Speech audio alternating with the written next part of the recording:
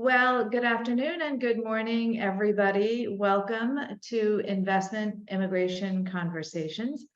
I'm your host as ever, Carolyn Lee, principal and founder of Carolyn Lee Pllc, a U.S. investment immigration law firm dedicated to helping clients build their futures with investment immigration. You got it.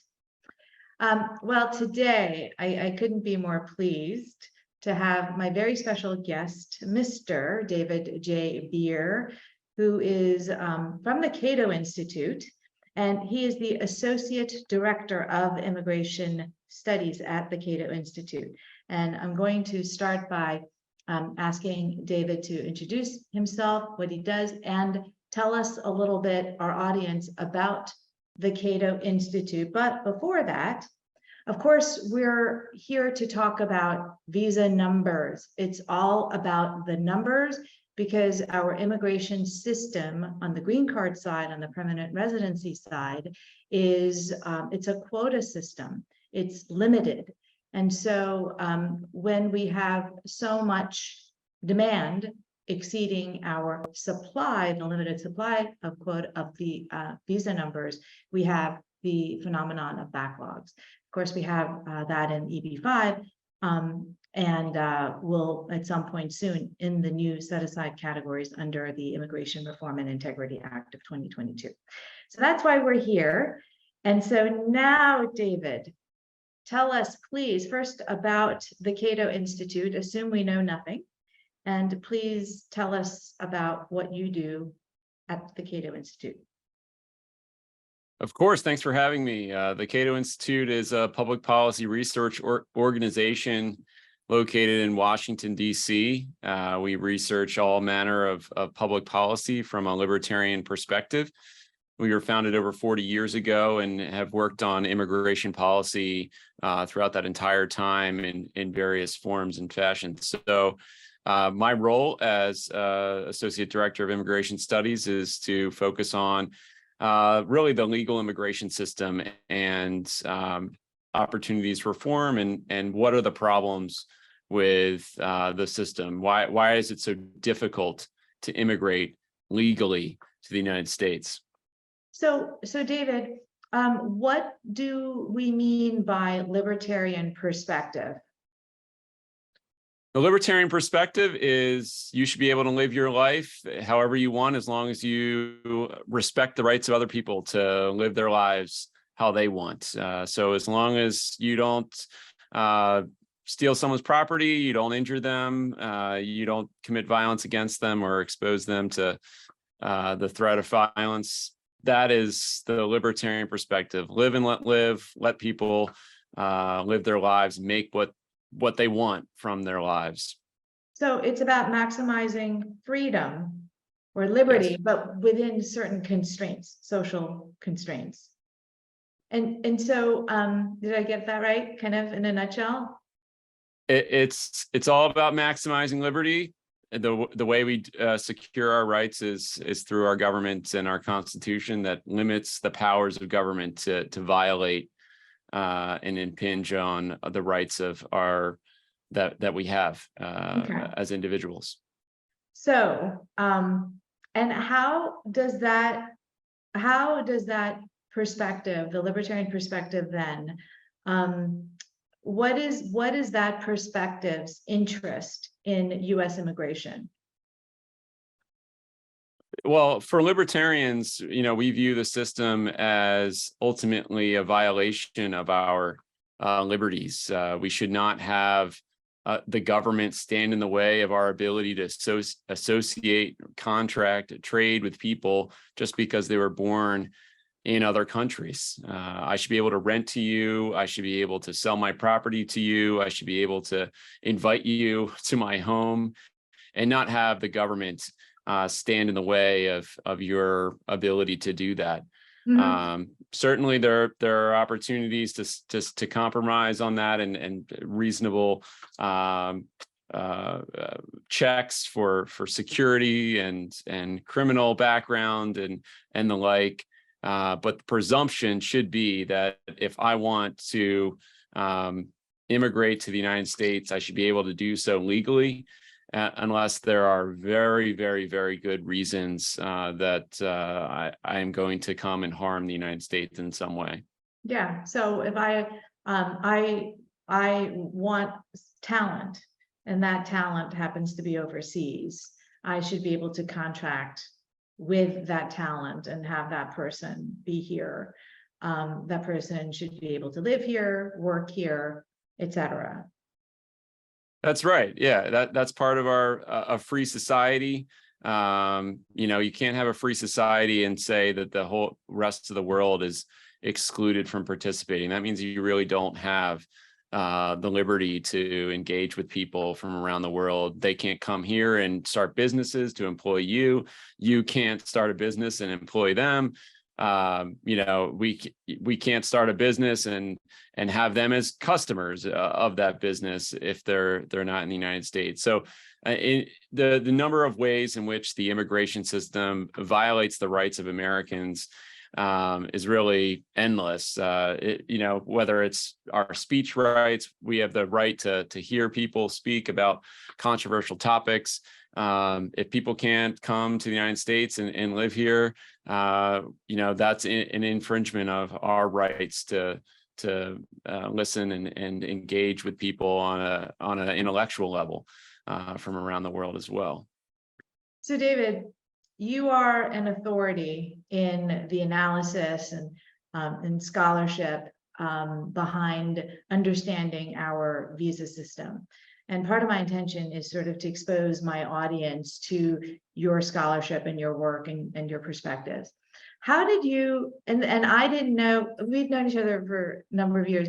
How did you get into this? And I didn't know before I asked you. So yeah, what drew you to this particular sector of analysis?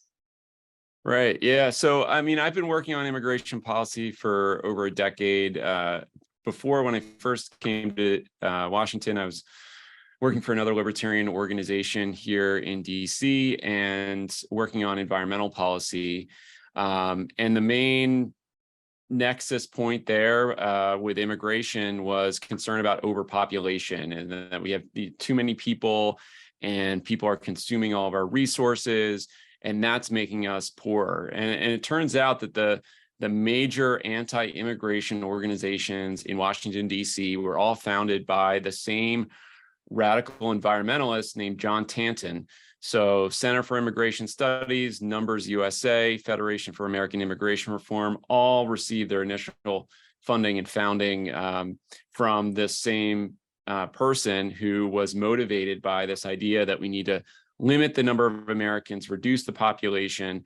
That's going to bring about prosperity and improve the environment in the United States. And so certainly I don't share that view. I think people pose problems for society, of course, but they're also the solution to problems. And it's our inventiveness that allows us to conquer environmental issues, whether it's climate change or ozone depreciation or whatever the case might be. There are ways that humans can learn to conquer these problems. Deforestation was a huge problem in the late 19th century, early 20th century. We now have more trees in the United States than we did in the early 1990s. And that's a consequence of us being able to produce more food on smaller land. And that's a technological achievement. And we've continued with that progress over time. So I think the big picture is that I view people as the ultimate resource. And that phrase comes from economist Julian Simon, who described people as, look, there are no natural resources. People have to invent ways to use resources in order to make society better off. And more people means more potential solutions to problems. And, only in a context where people don't have the freedom to make their lives better in order to solve problems that come up, it's only those types of societies where you see just really the destruction and impoverishment of their people. Cool. Very, very interesting. So it isn't that that more people saps limited resources. Perhaps it's about more conscious consumption that doesn't have that necessary correlation with more people. And then your view might be, well, more people might mean a larger base of more talent that may percolate up and make life better. That's right. People come up with ways to solve problems and overcome resource constraints. And so every time we say, well, there's a limited number of resources, well, we come up with solutions to use those resources in an infinite number of ways. And so, whether it's, oil reserves or coal reserves, we invent solar, we invent electric vehicles. We come up with new ways to use the same resources to achieve better results. And that's possible when you have a society that is largely free to solve those problems and not have, whether it's the heavy hand of government or just criminal gangs who steal the profits and make it impossible to invest in solutions. And so, when it comes to investment, obviously that's what we're all about here. If you can't invest and know that your investment is going to be safe, then you're not going to have economic growth. You're not going to have the expansion of prosperity. And that's why we've seen countries that have gone off the rails with socialism and communism fail, because they don't allow their people to invest their skills to make the country better off. Well, thank you for all of that. So let's pivot a little bit. So we're gonna kind of talk about the numbers as promised. Great. So an overview of our US number system. So we in EB5, we're like we're just a tiny sector of a much vaster system of numbers. But when we're hyper focused, and now the slices have gotten even smaller and more complex. So my goal really in inviting you is to give my audience like a sense of the bigger picture, like the real backdrop. So with that in mind, David, tell us a little bit about the backdrop, the visa numbers system. I mean, we know that there's a quota, we've established that, but beyond that, what do you think is important for folks to understand? Well, look, the quota system, it dates all the way back to the 1920s, reformed in 1965, and then the last reform was in 1990. So you're talking about over 3 decades of just static when it comes to the quotas on employment-based immigration to the United States, and that includes for the investor category. Every single category has its own quota, of course, and then within each category, there are sub quotas for EB5 that get very complicated, but then you also have the country caps, which limit no single country to more than 7% of the total green cards available, unless they would otherwise go unused.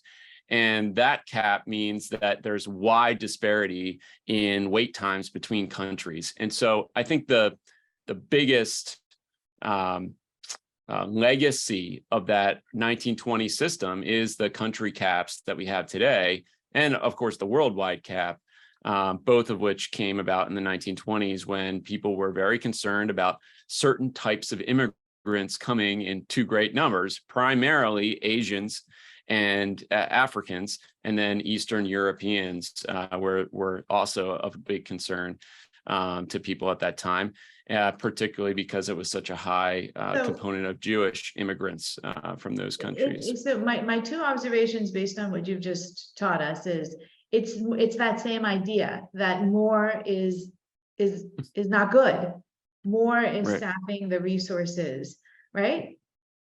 Right, and it's an irony, right? Because there's a contradiction inherent in our system where we both say these people are the kinds of people that we want. We want to have, for example, EB5 investors. I just realized my lights went out. Yeah. I'm in the dark. Out?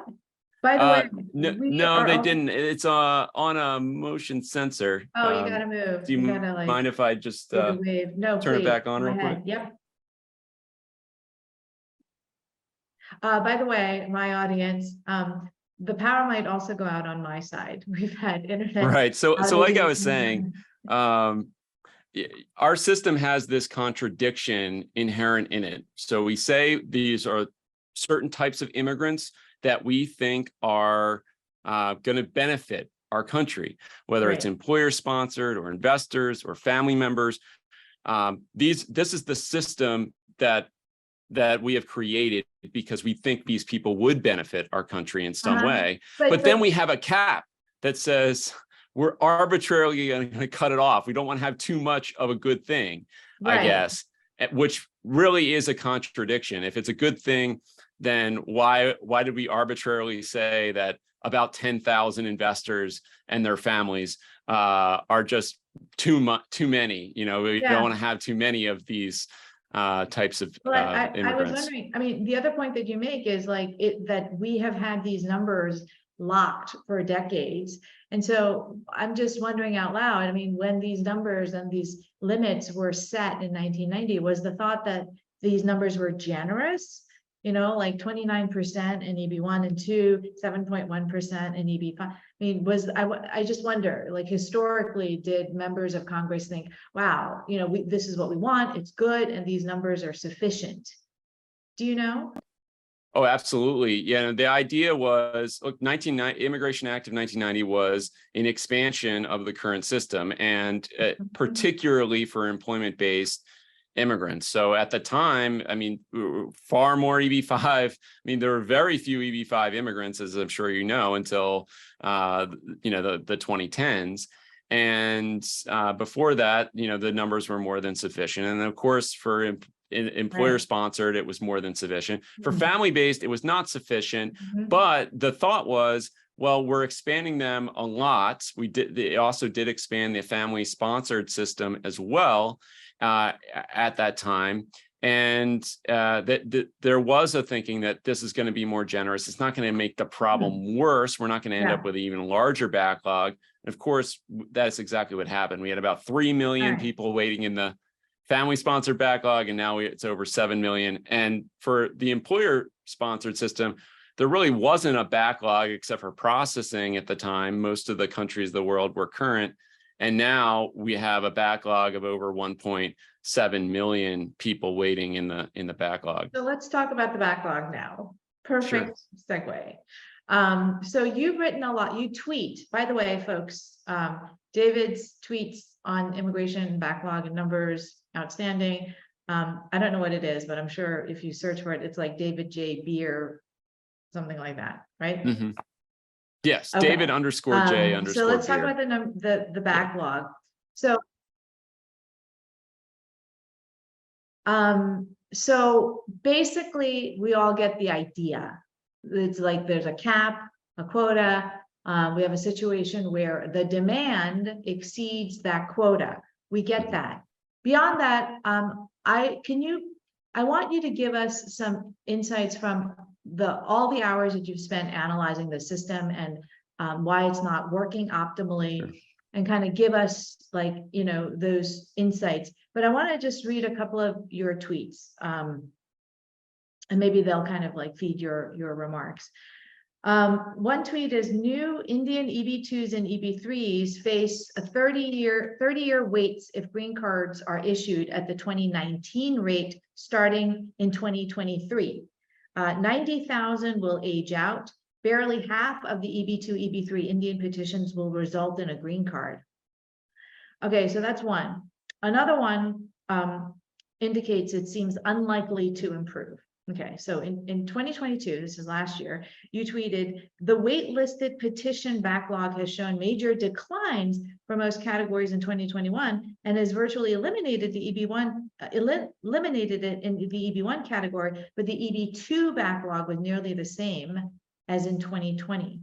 So Yeah, so tell us, beyond like, supply is not enough of the demand. What's going on? What's really kind of broken here? Well, look, a lot of things are broken. So we're mainly focused on the caps, the green card caps. That creates one backlog. But before you even get to the caps, you have a processing backlogs that are extensive as well. And for example, just in the investor category, over half of the people who are waiting are in the processing backlog. They're not even in the green card backlog properly because they haven't gotten an approved petition yet. And so there's two different backlogs, and you have to kind of just distill what you're talking about.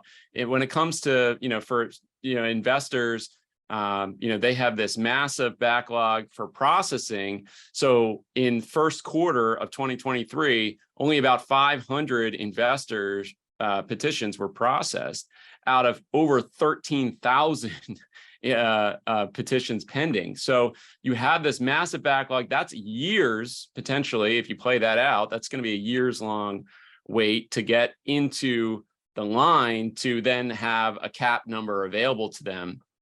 And so that's the process, and it works the same for employer sponsored, but with additional hurdles. They have to go to the Department of Labor generally first, and that's a whole backlog. And then after that, you get into the green card backlog, waiting for a cap spot to become available.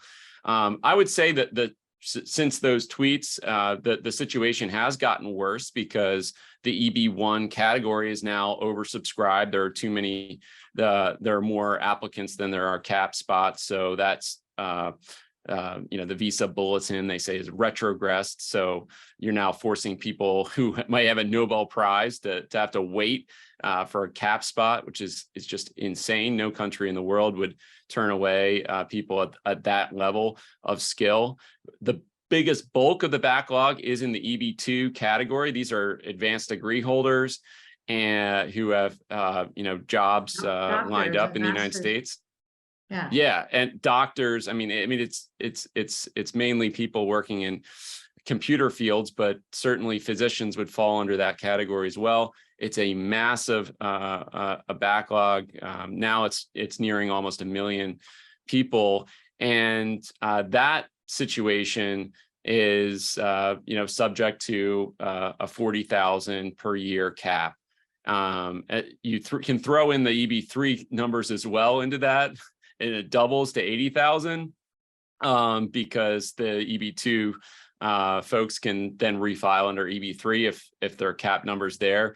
But at the end of the day, the situation is totally out of control, and there aren't anywhere close to enough green cards to process all of those people. And they're all very highly skilled. Almost all of them are already in the United States working. And, eventually they're going to leave, because if they don't get permanent residence, then there's really not a future for them in the United States, for them and their families, of course.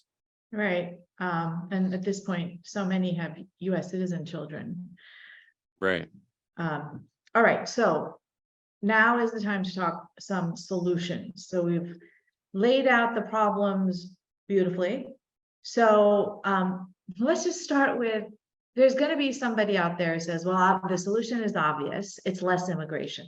Sure.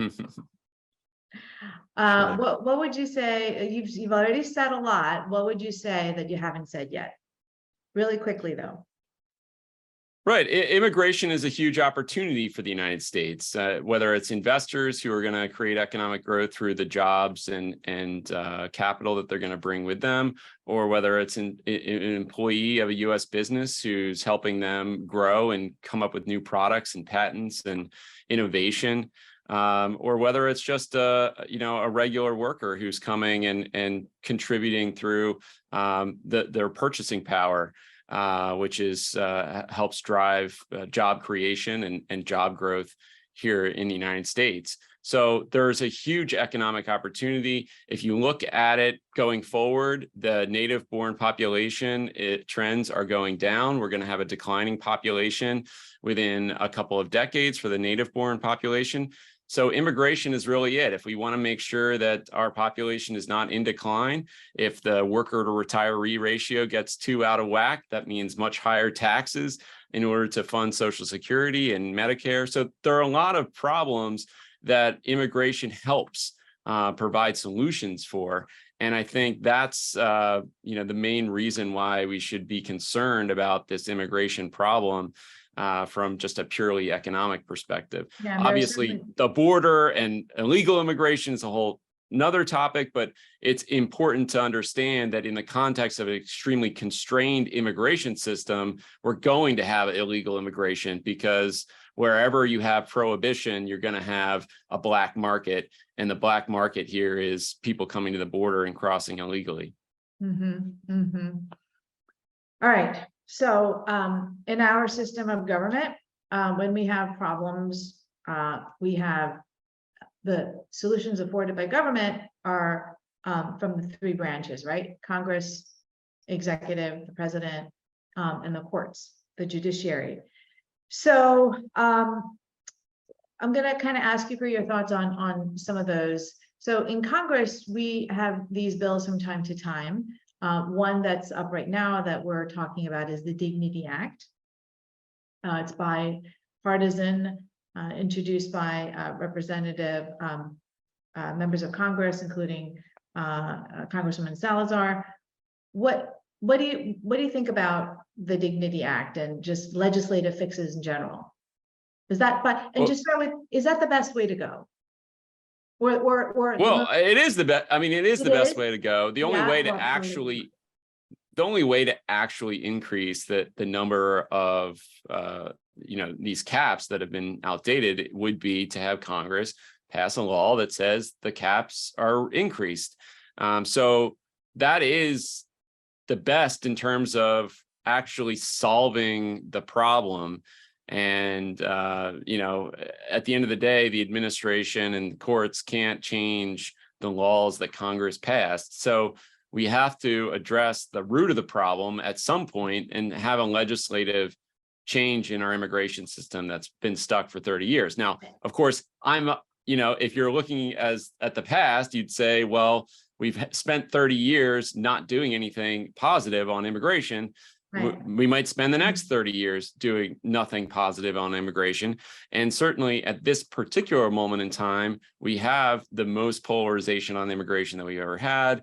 We have a divided government. So the idea that Congress is going to come together and solve the green card problem, you wouldn't bet on it. It is sort of the minimum answer. I think that in terms of actually getting something done sooner rather than later, you'd have to look to the courts and to really the administrative state is the best chance. I agree with you. Things look grim on the legislative side. What would need to happen? I mean, not setting aside like the supernatural, what could happen that needs to happen for there to be a legislative solution? Well, I think that there would have to be a change in our political landscape. Obviously, in order to produce such a change, you need to really have someone who's kind of a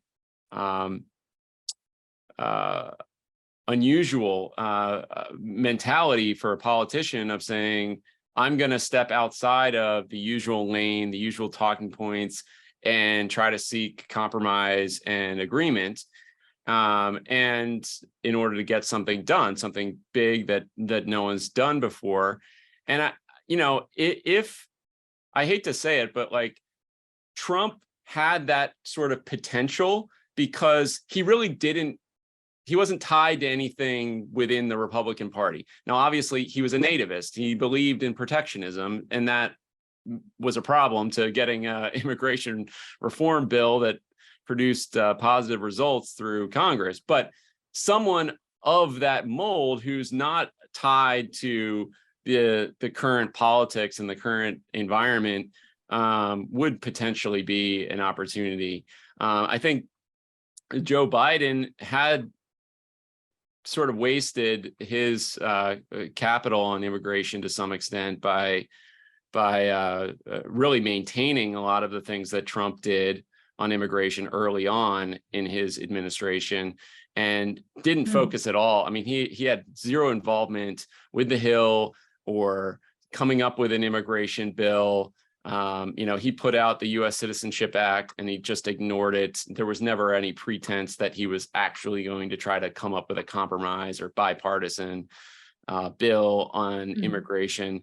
And so I think both sides have blame, but I also think it's rational. Their behavior on this is rational given the fact that there hasn't been results. So no one's willing to step out of the box, given the failures so many times. But I do think that it would take someone who's a political entrepreneur and an iconoclast who can come up with sort of a new way of thinking about this. Nixon goes to China moment everyone talks about. That's really what I think it would take. Wow, that is super. I also kind of think, and this is your area now, I don't get into the politics, I don't understand it very well. But it also seems like there's got to be a bridge in perception, or like an enhancement to perception that's got to be offered, because if folks are thinking this is there's something lost, that's a perception that's got to be addressed. I don't want to say corrected because that may seem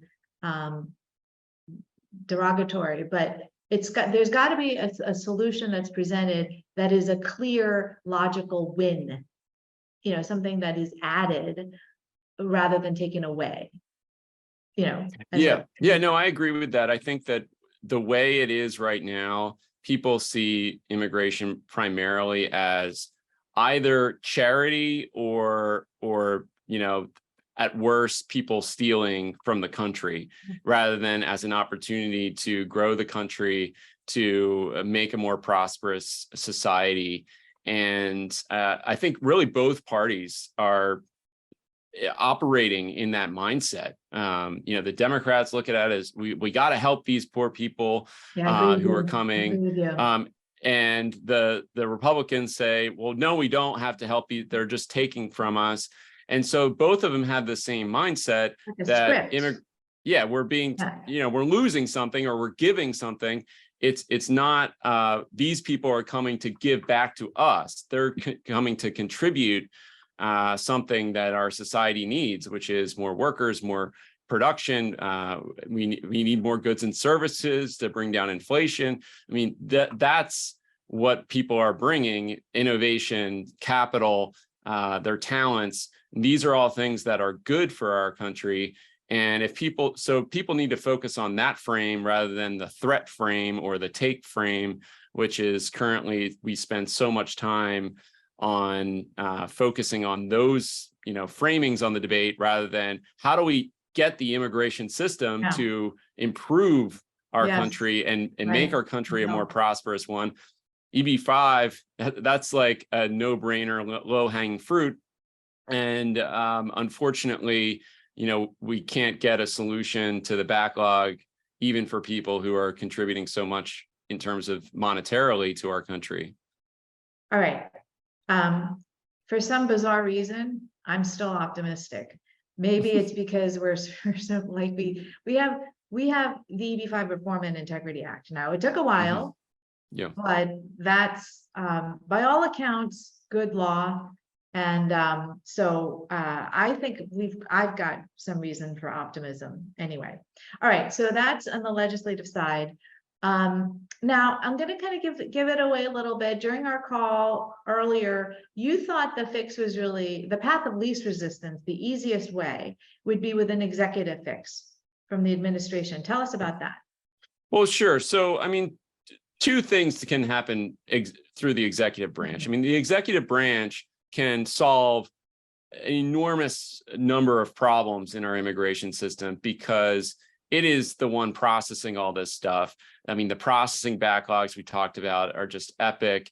For EB5, just one of the examples, we submitted comments on this fee rule that they're coming out with to just absolutely bilk legal immigrants for all the money to bail out their inefficient processes. And just to take one example from that, for processing EB5 petitions, the adjudicators of those petitions are, I'm sure are taking 4 times as long as they did in 2012. So they've massively increased the amount of resources being spent on each petition. So the amount of time it takes someone to just review it is increasing and increasing and increasing and becoming less and less efficient.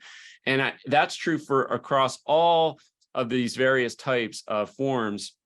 Over 80% of the forms, adjudicators are taking more time to adjudicate a single form on average. And that is what's driving so much of this processing backlogs and the costs of immigrating.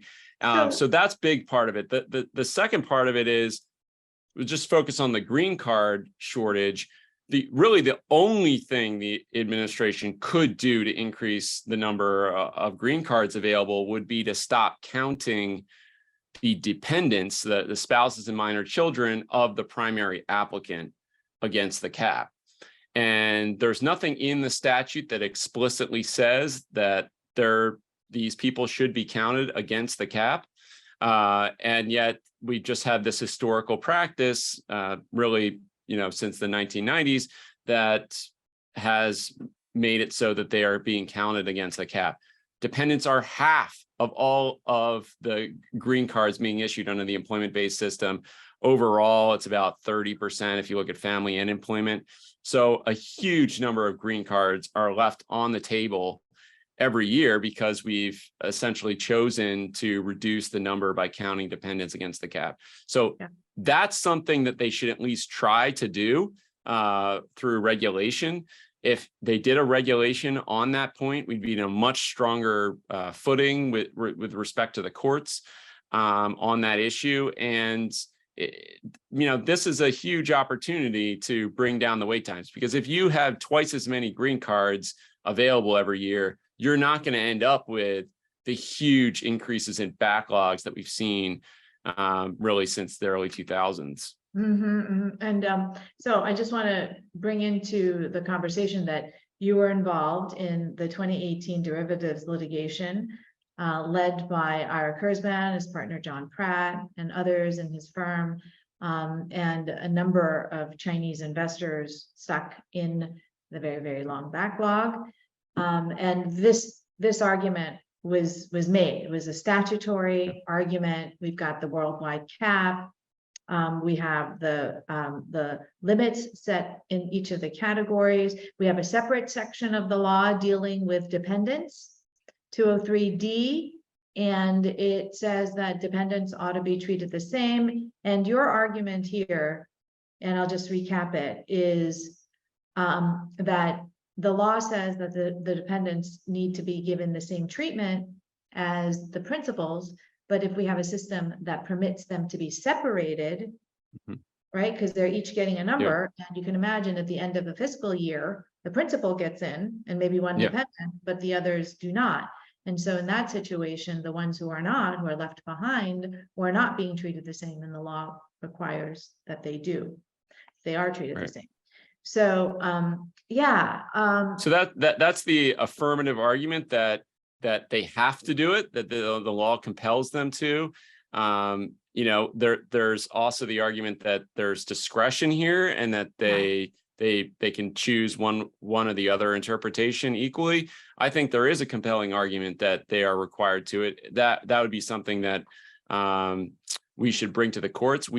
In that case, I would say the Kurzban case that you're referencing, I mean, that case ultimately, they didn't bring up that, they more made the argument that there's nothing in the statute that allows them. There's nothing there that says they have to count against the cap, so they shouldn't be counting them against the cap.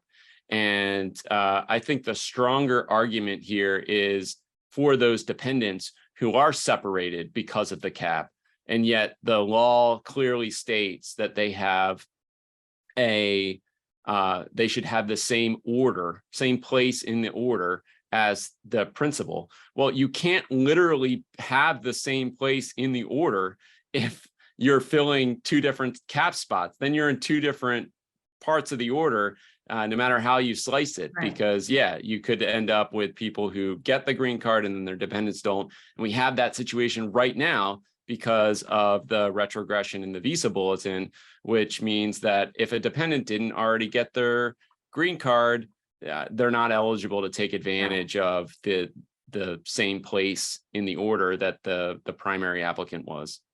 Yeah, I mean, you just said it, that's your argument, it's based in the language of the statute.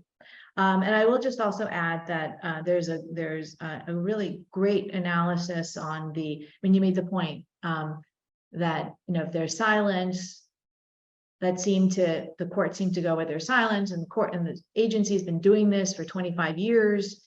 That is essentially the thrust of it. And so we're not going to disturb that. There is a memo prepared by Greenberg Traurig, excellent, from 2016, that addresses that silence. If there is silence, then the agencies can fill that silence, but they have to do it with rulemaking, which they didn't do in this, which wasn't done in this instance. So the remedy is, so somebody going to make them promulgate some rules under notice and comment that probably ultimately won't be the fix, but the legal position here taken by the agency is not unassailable. I think that's a takeaway. Right. Yeah. No, I think you can challenge it. We should challenge it at this point because we've seen no, indication that they are actually going to do this, through regulation. I mean, they absolutely should. There's no reason not to. If the foot was, if the position was flipped and it was a Trump administration or anti-immigration administration, they would obviously be adopting the restrictive interpretation. There's no reason why we should be doing that for them. And really, there is no other options to get more green cards out of this system. So what's the downside at this point of doing everything we can to force their hand to really improve the system for hundreds of thousands of people who would benefit from not having these dependents count against the cap? That benefit our country, right? And of course, benefit our country too. All right, so now we're going to get into the super technical EB5 set aside numbers part. And it would be fun to hear your perspectives on this too, David. And then we'll have to take some questions too. Okay, so set asides. So this is new under RIA, right? And we're very, very focused on this. Under RIA, we have 32% of the annual limit of about 10,000. It's actually a little less than that because 7.1% of 140,000, which is the worldwide employment-based limit, is actually about 9,940. And 32% of that now goes to these newly created set-aside categories of rural and high unemployment. They're not new. High unemployment has a slightly different definition. And the newly created category of infrastructure projects, okay, 20% rural, 10% high unemployment, 2% in infrastructure. The way that these work mechanically is also new. We have these set-aside numbers. Any unused in these numbers are going to stay in that category and roll over to the next fiscal year. Okay. And then if whatever numbers are not used up after being rolled over in the subsequent fiscal year will go into the general EB5 pool. So there's an economy here, which is also great because we have a very large backlog in the unreserved, the non-set aside category, of course, that we've all been talking about. Let me kind of explain really quickly how the numbers play out by way of example, illustration, and also the anomaly that we have currently because of the fall across of the unused COVID numbers from fiscal 2022. We had them in 2021, we have them in 2022 in our numbers this year. Okay, so we've got the RIA set asides. What this means as applied, 20% rural is 1,988 visas annually. 10% high unemployment is 994 visas annually. and 2% infrastructure is a little under 200. It's 198. So we got these in 2022 because RIA passed in March of 2022. None of these were used, of course, because the fiscal year ended September of 2022. So all of these numbers carried over to this year, to fiscal 2023. So it's those numbers double. So that means we've got in the rural areas, we've got 3,976 in high unemployment, 1998 in infrastructure, almost 400, 397. But it doesn't end there in fiscal 2023 because of the fall across of the unused 2022 numbers, which are significant. So we had 197,000 numbers overall coming into employment-based from unused COVID numbers from 2022. Our share of it, the EB5 share of it, the 7.1%, is about 14,000. It's 13,987. So we get to add those to our numbers and allocate it to the set-asides of 32%. We get a total in fiscal 2023 of rural of 6,773 in rural. That's nearly all of the normal annual allocation, right? I mean, it's a lot. High unemployment, we have 3,396. Infrastructure, we have 678.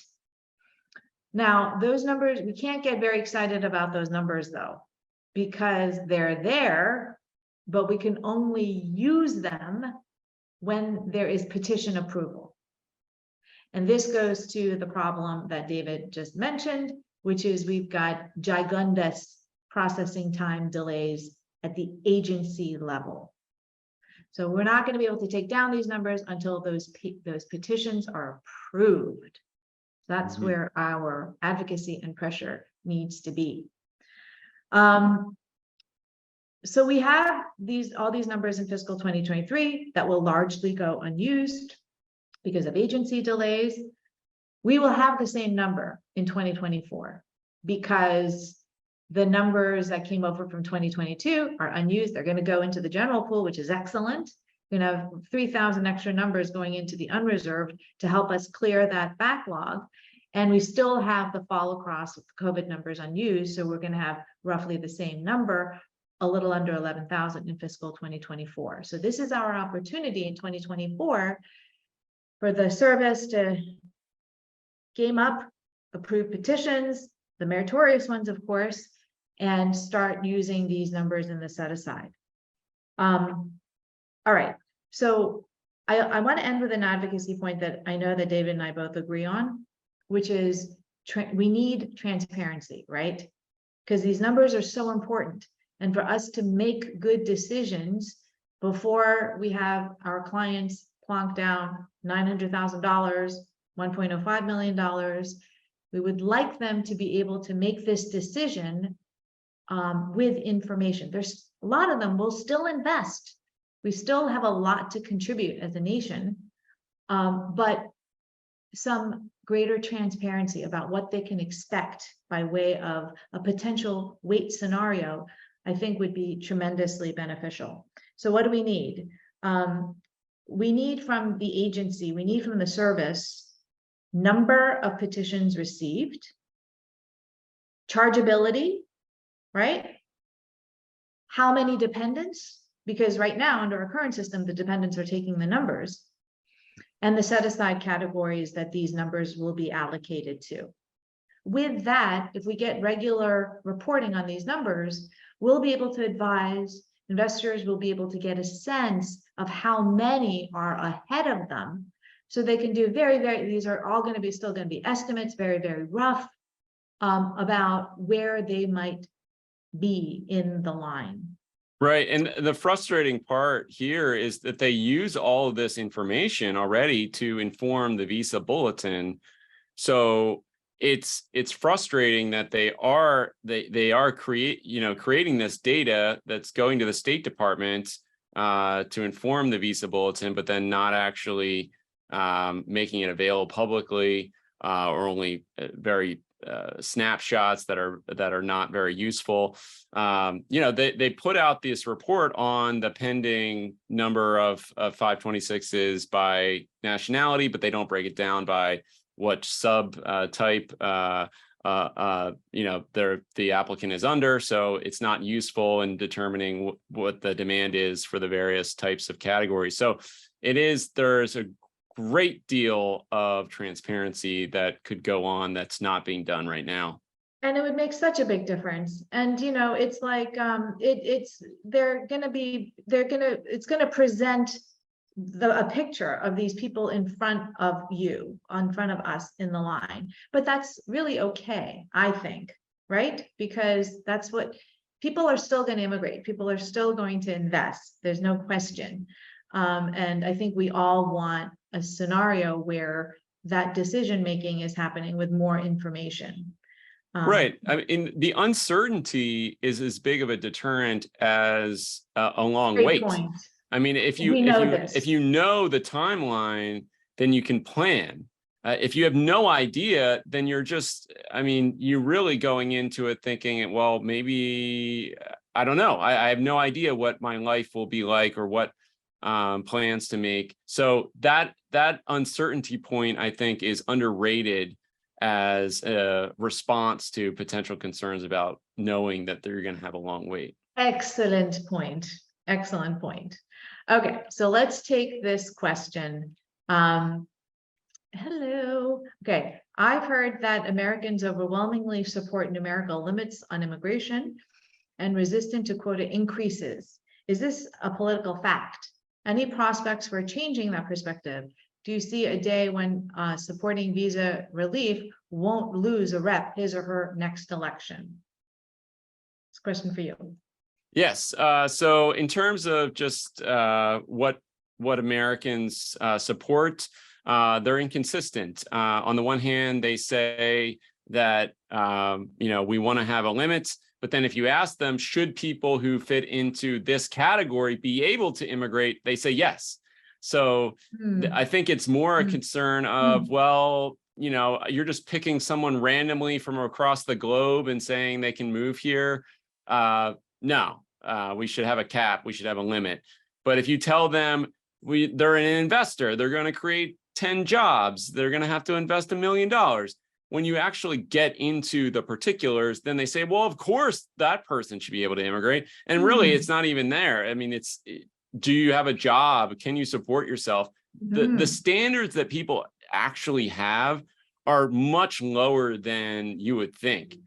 People are not looking to have a super highly restrictive immigration system. They want a system that's fair, orderly, and not subject to political abuse. And that's a system that we don't have. It's chaotic and disorderly, and I wouldn't even say broken. It's been sabotaged and intentionally made restrictive, even more so than the architects thought it would be.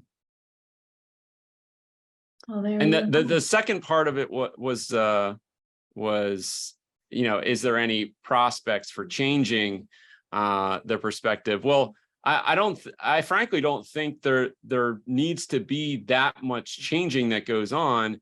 It's more making people aware of what the system actually is, that it is so restrictive, that there aren't opportunities to immigrate, even if you meet some very stringent requirements. And the fact of the matter is there's such a wide level of misconception.